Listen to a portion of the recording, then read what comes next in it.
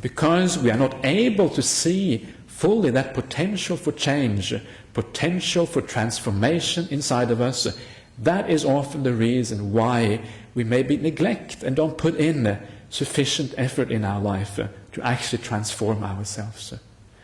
And the way to understand this is that if you look inside of yourself, you see, well, this is who I am, this is me, and the way you feel about yourself, the way you think about yourself, this is you, right?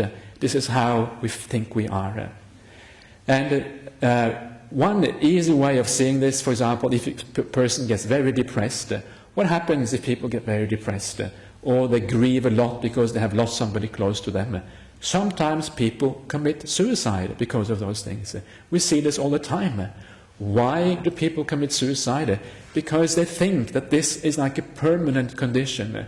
They're not able to see here that this is temporary here, and that one day they will get out of this problem, out of this suffering in their lives.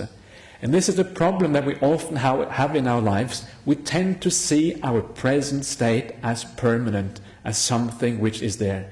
And of course, if you are depressed and you think it's permanent, you get into a very kind of hopeless situation. So one of the most important things, therefore, always to tell somebody who is sad, or who is depressed, who is unhappy, is always to say, well, remember, this is impermanent. This too will pass, as Ajahn Brahmali would always say here. And that is one of the most important things to remember here.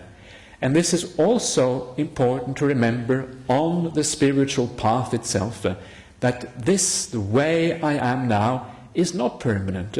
I don't have to be this way I am now. I can change.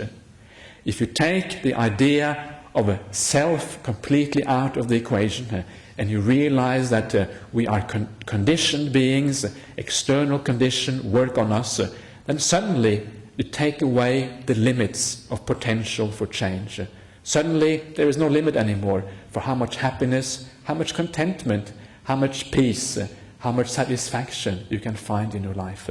That limit is taken off, and suddenly you start to understand the potential of the spiritual life is enormous. It is very likely to be beyond every one of us here's wildest dreams, what is possible to actually attain in this spiritual life. That is what is at stake. It's something truly marvelous. The end of all suffering, the highest possible happiness, nibbana, that is what really is at stake with this spiritual life.